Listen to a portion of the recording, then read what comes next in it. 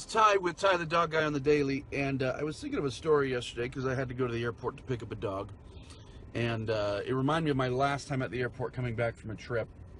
Now, the way it works at the Salt Lake City airport is when you park, if you're going to be parked there for a little while, because you're going to be gone for a few days, you insert your credit card, and that just opens the gate. You go in, you park, and then when you leave, you just put your credit card back in. So you don't need any tickets or anything like that. It's just your credit card, right? And so the last time I came back from a trip, I'd been in Hawaii working with a client. This was just a few weeks ago. I came back, got the car, and I'm leaving, and I'm pulling out. And I get to the gate.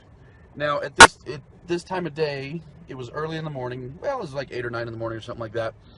And there's like 10 or 15 of these gates, and every single one of them is open. Because no one's arriving at 8 or 9 in the morning. Well, not a lot of people arrive at 8 or 9 in the morning. So not a lot of people are leaving at 8 or 9 in the morning. And so I was the only one. 10 or 15 gates open or whatever.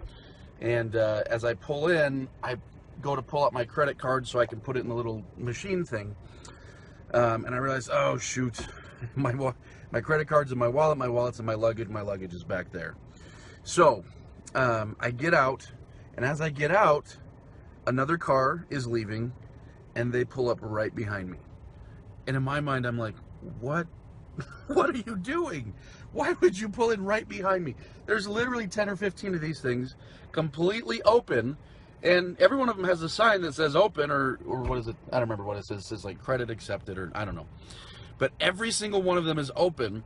They could have chosen any of them, but they pull behind me.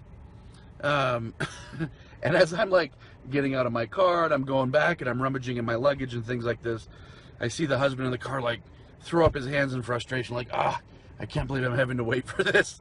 And I'm just, normally I don't like, in a public situation, I don't like to, if I make a mistake and I'm holding somebody up, it bothers me. I'm a little bit upset at myself. This time I wasn't. I was like, I'm just laughing, like, what are you doing? You could have gone to any of these other ones. But anyways, it reminded me of a principle of leadership, that all social creatures want some sort of leadership. And so this guy wasn't wanting me to lead him, but what had happened is he pulls in an area, he's probably kind of unfamiliar with it, and so he's like, well, I don't know what this guy's in this line, I'm just going to get in the line behind him, maybe he knows what he's doing. Now normally I do know what I'm doing. I've been through that airport dozens and dozens of times. Just made a mistake that time. But because he was, I'm guessing, unfamiliar, he needed that little bit of leadership. Now, like I say, all social creatures are this way. When I say social creatures, I'm referring to, us, and of course dogs and horses and primates and, all sorts of, social creatures are this way, to where everybody craves on some level some sort of leadership. Now, some folks are much more leaders than others in the human world, but even they still often want to be led in certain areas of their life. There's no one that in every area of their life is like, I know everything perfectly, I'm going to do this, I know exactly how to do everything. Well, some people think like that, but no one is actually subconsciously like that. But our dogs are the same. Our dogs are the goofy ones sitting behind us at the airport checkout lane, when they could have gone to a whole bunch of other areas, but they're like, please, human, guide me, lead me, I need some help here. Because if you think about it, a lot of things are very foreign to them. They're animals.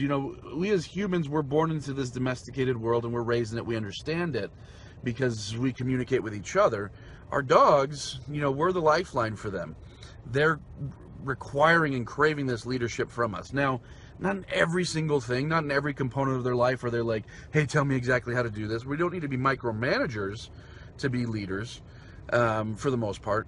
What we do need to do is be very clear with our dogs and show them very clearly what's expected. And when that's the case, our dogs will thrive. That's the leadership they're looking for, not some sort of domineering, tough guy. They're looking for someone to just clear things up for them, and that's what a solid leader is.